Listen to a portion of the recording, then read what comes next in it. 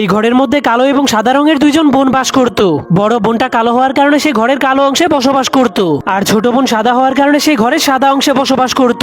কিন্তু কালো বোনটা ছবি আঁকতে অনেক পছন্দ করত, কিন্তু তার কাগজের রং কালো হওয়ার কারণে সে ছবি আঁকলে তার ছবিগুলোকে কখনোই দেখতে পারতো না। কিন্তু তার সাদা বোন সবসময় সে কি আঁকছে তা দেখার জন্য তার ঘরের মধ্যে চলে আসতো। তখনই কালো মেয়েটা দেখতে পায় তার সাদা বোন তার ঘরে আসার কারণে তার ঘরটাও সাদা হয়ে গিয়েছে।